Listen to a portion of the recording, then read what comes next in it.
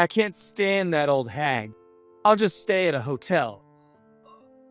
Same here. I'll go with that. That's just awful. What do they think of my mom? They can't even tolerate living with her for just 3 days. If my mom knew about this, I can't imagine how heartbroken she would be. This is too much. It's just cruel. Anger started bubbling up inside me. Those two are always so arrogant and only ever think about themselves. At this point, I might as well teach them a serious lesson. I immediately sprang into action. My name is Michelle, and I'm 43 years old. I work as a sales administrator at a trading company. At 29, I met John through a mutual friend and got married. We found a cheap house, bought it, and the next year, we welcomed our daughter, Jessica. By all accounts, we seemed like a perfectly happy family. But now, 13 years later, things couldn't be more different. John and Jessica leave all the household chores to me and act like they don't care. Even when I try to talk to them, they rarely respond, and they won't even look at me. Hey, John, I'm tied up cooking, so could you clean the bathroom? Hey, are you listening? Forget it. Oh, Jessica, can I ask you a favor? Could you clean the bathroom for me instead? Jessica just walked past me without saying a word. Both of them completely ignore me. Why has our family become so cold and distant? More than sadness, I felt anger building up, and I couldn't help but sigh every day. My frustrations with John are endless. He seems to think it's normal for men to lounge around at home without lifting a finger. I've brought up the topic of sharing household chores countless times since we were younger, but he's always been uncooperative. Because it wouldn't look good, okay? If people at work found out I was doing chores at home, they'd probably laugh at me. Are you serious right now? You're not joking? I can't believe this. What century are you living in? John works for a small security company. The pay is low, and the job involves night shifts, which makes it pretty tough. John has never been able to settle in one place and has switched jobs repeatedly. He's worked at printing companies, cleaning services, seafood processing plants, and logistics companies. The one thing they all had in common was the low pay. He earns less than half of what I do. I'm not saying that earning more makes someone better, but it's been hard for me to ignore.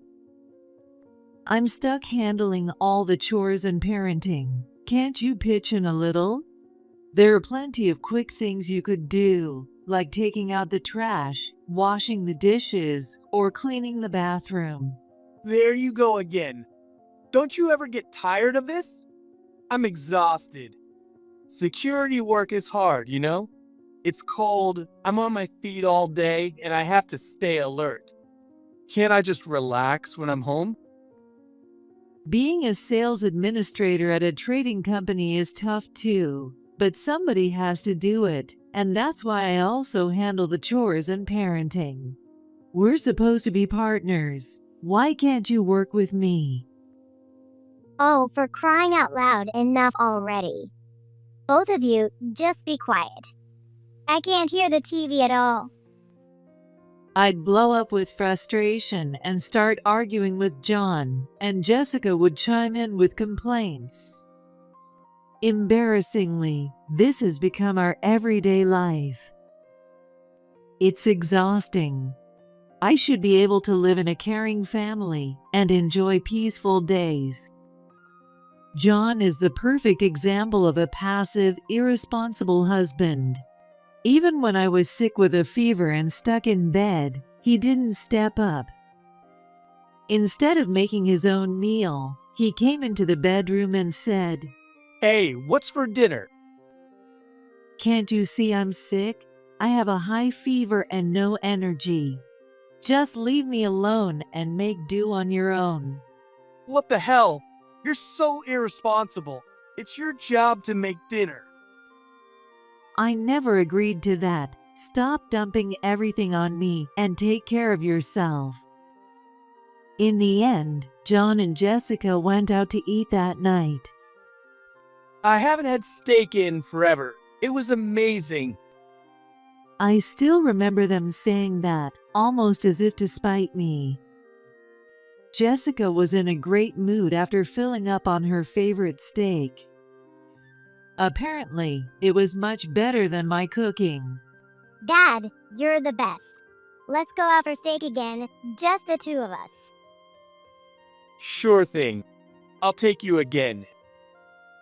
Oh, by the way, there's something I want to buy. Can I get some more allowance?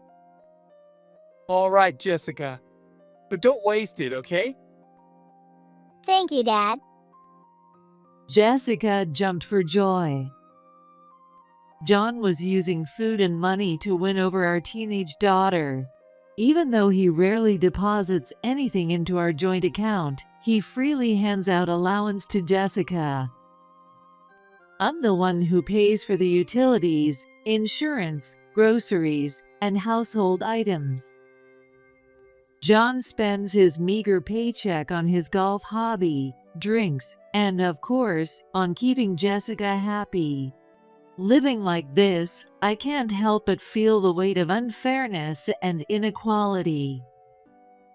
And Jessica isn't blameless either. Sure, she's an only child and has been spoiled, but that doesn't mean this is excusable. I've raised her with discipline. Still, it feels like she's being influenced by John's bad example. To Jessica, John probably seems like he's just living smart, even though he's actually just lazy. I need to make sure Jessica doesn't embarrass herself when she steps into the real world someday. Jessica, could you help out? Clear the table and set the plates, please. Why me? Can't you just do it like always? Jessica, you're trying to take the easy way out. You can't just depend on me all the time. You'll end up like your dad. And what's so bad about that? Why can't I be like Dad?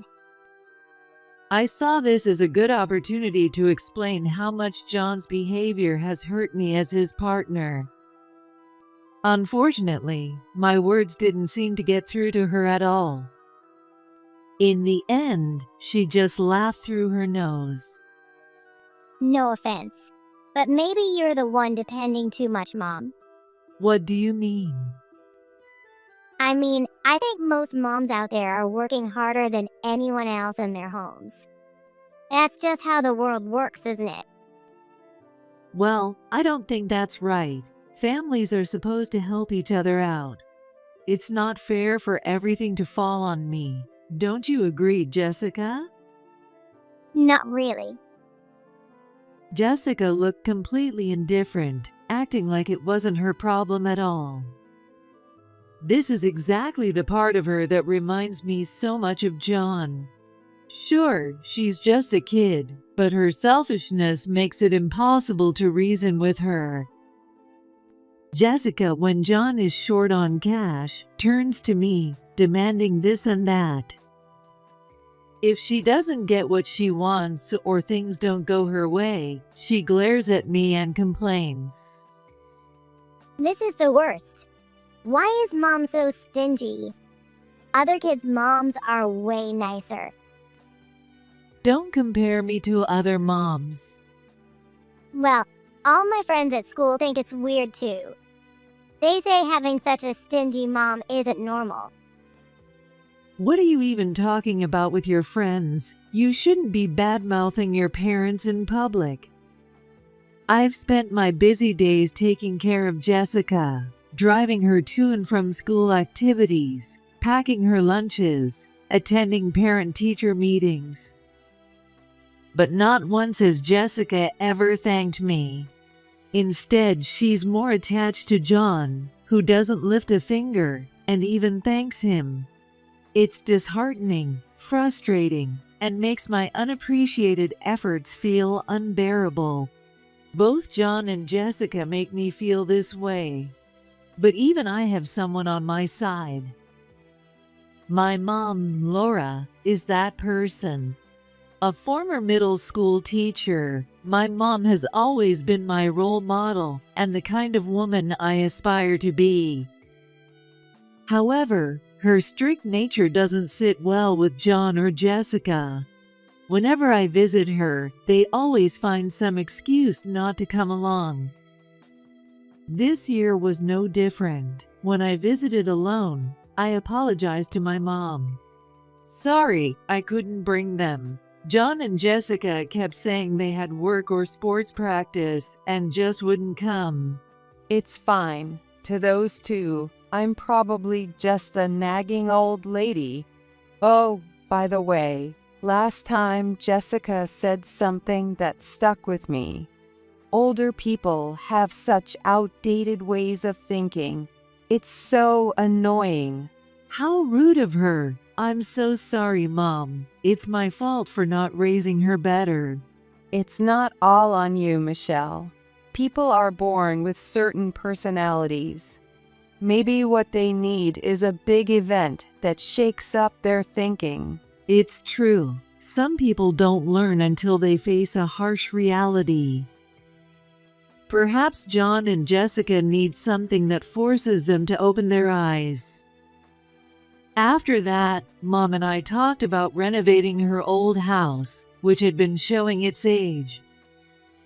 Little did I know that this renovation project would eventually lead to a disastrous future. 2 months later, the renovation plans became more concrete. The house was built when my dad was young, who died of illness about 10 years ago. It's quite old, so she wants to do a full renovation, including the plumbing. I completely agreed with her. The issue was where Mom would stay while the contractors worked. Mom and I had several phone calls, slowly sorting out the details and making concrete plans. Why doesn't your mom stay with us during the renovation? We've got a room we've been using for storage, but we could clear it out and it would work just fine. But John and Jessica, I'm sure they'd hate the idea. If she's here for the whole renovation, that's quite a long time for us all to live together. True. How about starting with just 3 days? See how it goes living together for a short time. The idea was to try living together for a few days and gauge John and Jessica's reactions. If it seemed impossible, we could come up with another solution. At the time, I thought 3 days would be manageable. After all, John is an adult and Jessica is 14, so I thought they could tolerate it for a short while. But I was wrong. John and Jessica disliked my mom far more than I had realized. One day, when I mentioned that my mom would be staying with us, their reactions were painfully obvious. What did you just say? I said my mom will be staying here for 3 days, so please be nice to her. No way. I can't stand that old hag. I'll just stay at a hotel. Same here. I'll go with Dad. Their rejection was intense. It made me feel really sad. Sure, my mom is strict. She values rules, manners, and doing things the proper way. But she never says anything without good reason. She only speaks up because she cares. Isn't your reaction a bit much? My mom doesn't enjoy being strict. It's not easy for her either. She doesn't want things to be tense, but people make it hard for her not to speak up. So you're saying it's our fault? Look, Not everyone can live up to your standards. Who would want to live with a nagging old hag anyway? That's right. Grandma is seriously annoying. Mom, you're already bad enough with your nagging. If Grandma moves in, it'd be unbearable. What a cruel thing to say. My mom is also incredibly thoughtful. She gave us so much support when we got married and when Jessica was born. She's offered advice and guidance countless times, always with our best interests at heart. And yet, John and Jessica could treat her with such disrespect. Seeing their outright rude attitudes, I felt deeply disappointed in them. Fine, forget it. It's pointless to talk to you two. Do whatever you want. Like you have to tell us, right, Jessica? Yeah. Go ahead and live with that old hag on your own. John and Jessica burst out laughing. It was just too much. I couldn't take it anymore. After packing their bags, the two happily left for a hotel. Watching their cheerful departure, I wasted no time taking action. Those two, so utterly inconsiderate, needed a serious wake-up call. How could they be so cruel? It's unbelievable. That night, with John and Jessica gone, I made up my mind. I'm done living a life troubled by those two. It's time to clear the slate. I called my mom to share my decision. And that's how I feel. I've had enough. So, you've made up your mind. All right. Do what you need to do. Let me know if there's anything I can do to help. Thanks, Mom. Actually, how about we take a trip? I don't like the idea of letting John and Jessica be the only ones having fun. That sounds good. It's been ages since we went on a trip together. That night, while staying at our favorite hotel with a pool, while relaxing in the room with my mom, I received a call from John. He and Jessica were supposed to be at a hotel somewhere. What could he possibly want now? I didn't feel like answering, but since there was something I needed to tell him, I picked up. Hello? Hey, is the old hag there yet? Just checking how things are going. You sound like you've been drinking quite a bit. Is Jessica with you? There's something I need to tell both of you about the storage unit number. What? Storage unit? What nonsense are you talking about? He wasn't even listening. It was another reminder of how little John valued me. I didn't even have the energy to sigh anymore. I was completely fed up. I can't do this anymore. John, let's get a divorce. Are you crazy? What's gotten into you all of a sudden? Why are you so surprised? Is it really so shocking that I'd ask for a divorce? Of course, it's shocking. What the hell are you thinking? He seemed genuinely taken aback. I hadn't expected that kind of reaction. In other words, John probably has no idea how much pain he's caused me. Honestly, I'm shocked. Do you really not understand why I'd want a divorce? Well, I wouldn't say I don't understand, but... Exactly. You never help with the housework. You don't contribute to the joint account. It's only natural I'd want a divorce. But what about Jessica? If we divorce, who's going to take care of her? Are you just going to abandon parenting? I was surprised to hear such a statement from John. It didn't sound like something someone who had barely been involved in raising Jessica during her most demanding years would say. By now, I had no intention of taking Jessica with me. She could live with John. I'm completely fed up with both of you. I can't deal with this anymore. Go ahead, live however you want. I'll be doing the same. Wait a second. You're just going to dump everything on me? You've been dumping all the housework and parenting on me this whole time. So what are you even talking about? Well, that's because housework and parenting are a woman's job. There it was again. The outdated notion that housework and parenting are solely a woman's responsibility.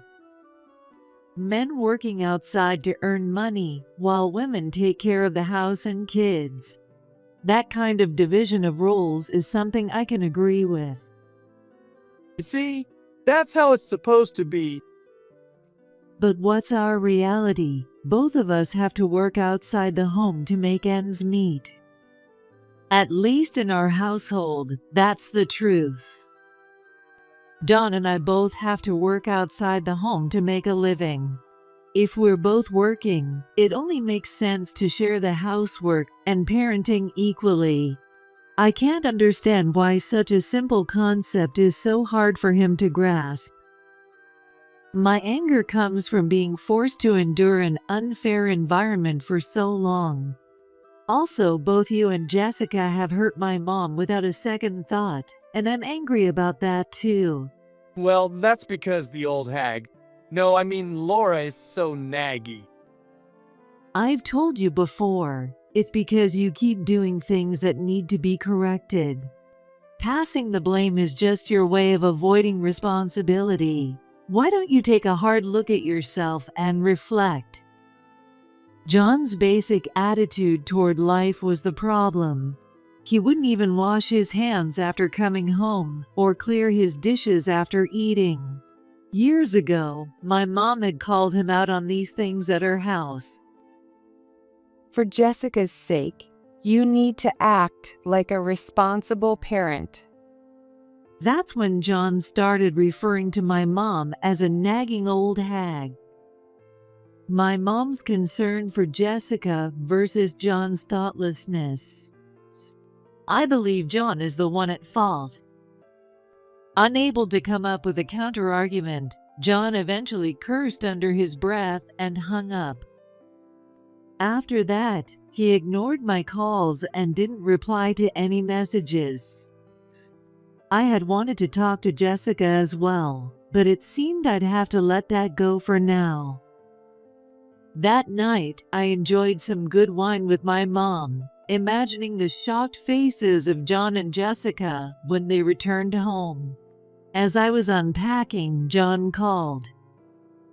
It seemed they had arrived back at the house. The moment I answered, he started yelling at me. What the hell is going on? The house is gone. Explain this. Just as it looks, I had it demolished and cleared. That house was in my name, so I can do whatever I want with it. Still, what about my stuff and Jessica's? Where's all our stuff? I already told you about the storage unit and gave you the code. Did you forget? All of John and Jessica's belongings were safely stored in a rental unit.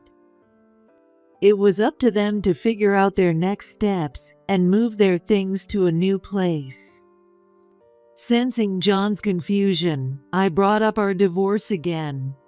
Let's finalize the divorce soon. I'm truly done living with you two. Jessica can stay with you. She probably doesn't want to live with me anyway. You can't be serious. Do you really think I can raise Jessica on my own? That wasn't my concern. After all the burdens they had placed on me, this was their payback.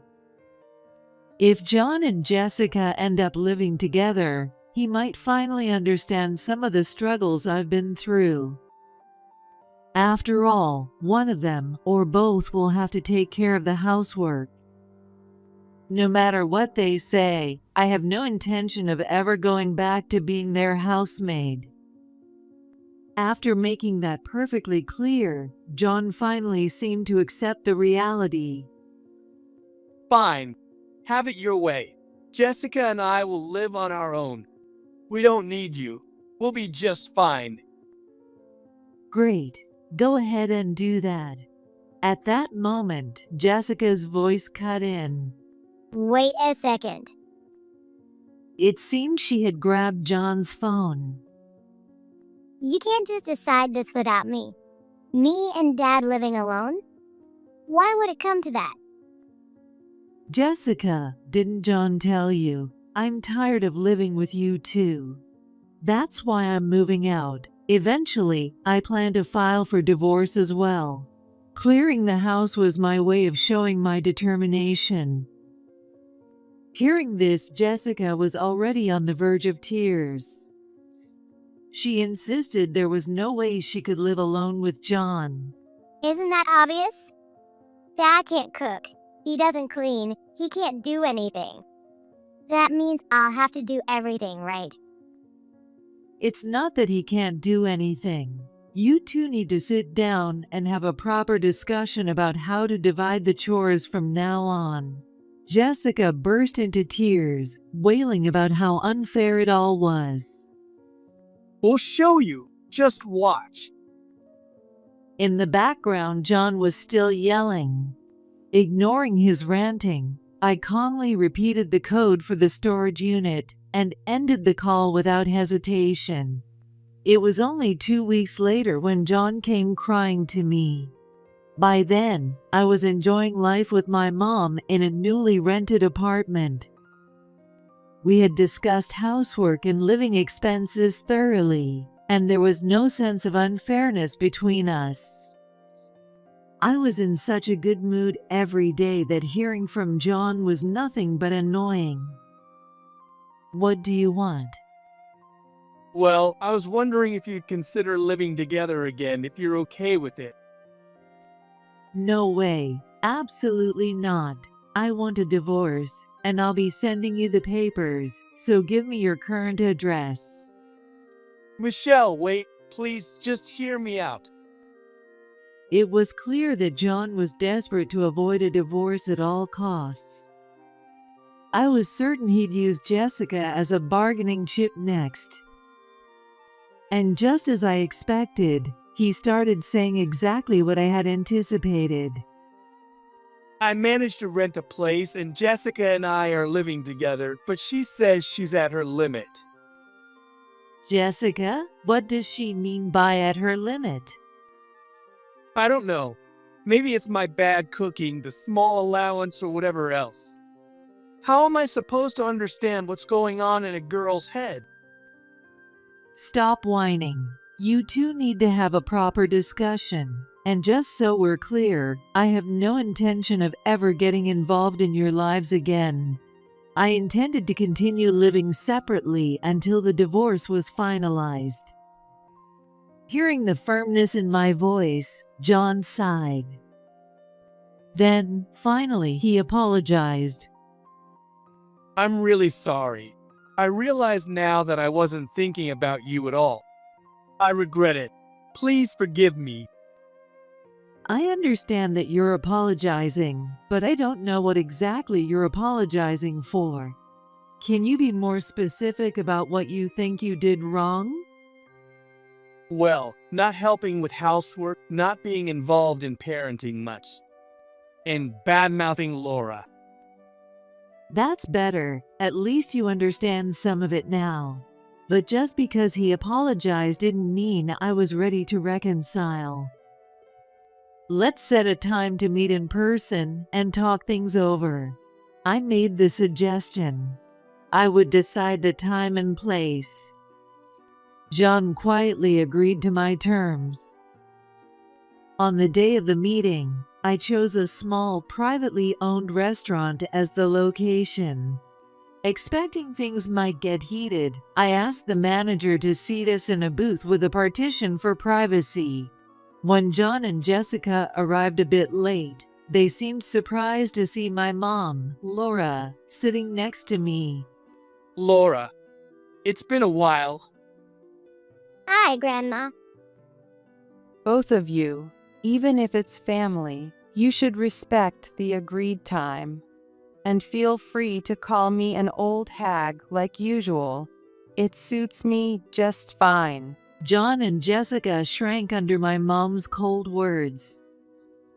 It seemed neither of them dared to insult her directly to her face. Having my mom present turned out to be the right choice. I intended to let her give them a serious lecture. John, it seems you've treated Michelle quite poorly. After getting married, did you leave all the housework and parenting to her? How do you think that reflects on you as a man? Yes, I'm sorry.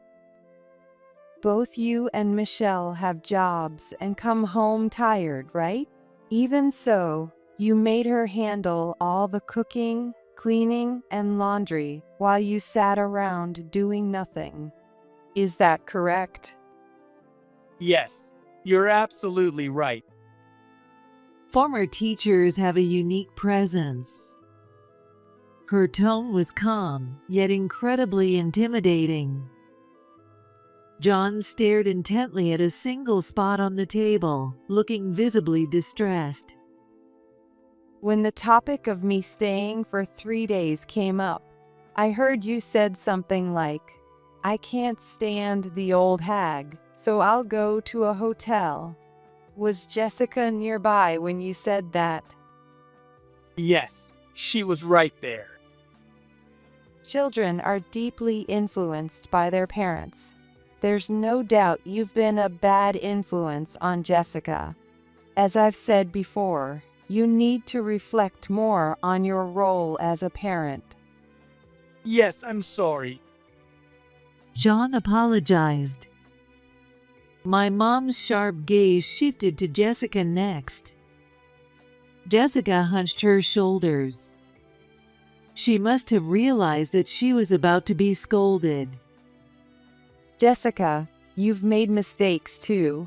Your mom worked hard at her job, housework, and raising you, yet you sided with your father, who did nothing to help. I'm sorry. If you truly feel sorry, apologize to Michelle. I understand it's tempting to take the easy way out, but how do you expect to grow if you give in to that? To make your mother lose faith in you, it takes a lot to reach that point. Sniffling, Jessica nodded. It seemed the past 2 weeks had taught her a harsh lesson. She now realized living alone with John was impossible. Get a grip. Gently scolded by my mom, Jessica turned to me and apologized. Mom, I'm so sorry. I've really been awful. I know I hurt you so much by siding with Dada all the time. Please forgive me. I'll apologize again. Michelle, I'm truly sorry for everything up until now. Please forgive me so that... So that what? I'll just forget everything and move on. My response must have been completely unexpected. Both John and Jessica widened their eyes in shock. If they thought an apology alone would make everything better, they were dead wrong. You feel bad, and you've reflected on your behavior. Fine, I accept your apology. But that doesn't mean I'm going to live with you again. You two can continue living your own lives. Mom, please. I'll do anything. Just don't abandon me. I can't live with such a useless dad. Jessica, that's too much. Calling me useless is uncalled for. But it's true, isn't it? You're underpaid. You're a terrible cook. You never clean. Honestly, you're the worst. Living with you just means I have to do more, and it's exhausting. I can't even focus on studying, and my grades are dropping. Jessica's anguished outburst silenced John. At least he was mature enough to take her criticism without lashing out. I'm sorry, Jessica. I've really put you through a lot, and Michelle, I'll apologize to you as many times as it takes. I was wrong to make you so angry that you demolished the house. Looks like you're finally starting to understand. And Laura, I owe you an apology too. You were only trying to guide us for our own good, but we ignored you, pushed you away, and said such disrespectful things. If you truly understand, I have nothing more to say. John and Jessica both apologized to us. They asked me to drop the divorce and live with them again. From the way they acted during this conversation, they seemed genuinely remorseful and looked like they had learned their lesson. I glanced at my mom, who was sitting next to me. She gave me a nod. I immediately understood what she meant. This wasn't a nod to suggest I should forgive them, but rather a signal not to show any leniency toward their entitled mindset. I didn't need my mom to encourage me. I had no intention of forgiving them so easily myself. Don't even think about it. Live with you two again? Absolutely not. You know exactly how that would end. What do you mean by that? We'll change, I promise. Even if I could forgive you, I won't. You two only talk. You'll forget your so-called reflections in no time. I refuse to go back to the miserable life I had before. Realizing how completely they had lost my trust, John and Jessica both looked deeply disappointed. They kept apologizing, but I stood firm and refused to live with them again. I made it clear that my decision to divorce hadn't changed, leaving John and Jessica in tears, pale-faced with despair. My mom and I left the restaurant, leaving John and Jessica behind. Having reaffirmed my decision to divorce, I felt a newfound sense of clarity and relief. From that point on, everything went according to my plan. After filing for divorce mediation at family court, the divorce was finalized without any issues. Now I could completely sever ties with those two burdensome individuals. The joy I felt was indescribable. From what I've heard, John and Jessica's life together turned out to be nothing short of disastrous.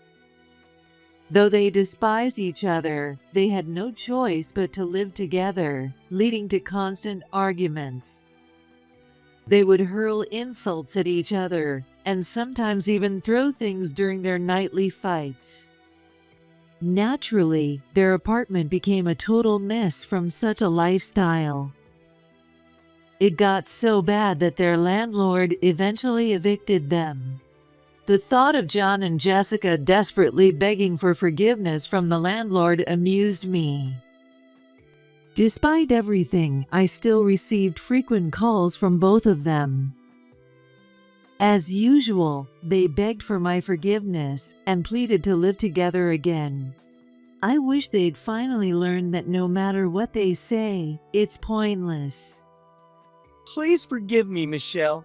I can't live with Jessica anymore. She's unreasonable, spends money recklessly, and doesn't even respect me as her parent. I'm the one who can't take it anymore. Living in this filthy, smelly apartment with you, a useless father? I can't stand it for another second. How dare you talk to your father like that? Shut up. Just disappear, loser. The argument continued on the other end of the line. I quietly ended the call. They could keep dragging each other down for all I cared. Later, I heard that Jessica fell in with a bad crowd, got pregnant, and dropped out of school. Meanwhile, John, strapped for cash, turned to payday loans and ended up drowning in debt. It's like a textbook example of a downward spiral. They're truly beyond saving. I'm so glad I cut ties with them. Absolutely. This was the right decision. Hearing about John and Jessica's fates, my mom and I nodded in agreement. I was relieved to have escaped being dragged down by those two and to have avoided wasting my life. I was filled with gratitude for my decision to divorce. Now, I live peacefully with my mom in our newly renovated family home. Because we know each other so well and have such a good relationship, our daily life is incredibly comfortable and runs smoothly. We both hope to continue living like this for many years to come. My mom and I said so, smiling at each other.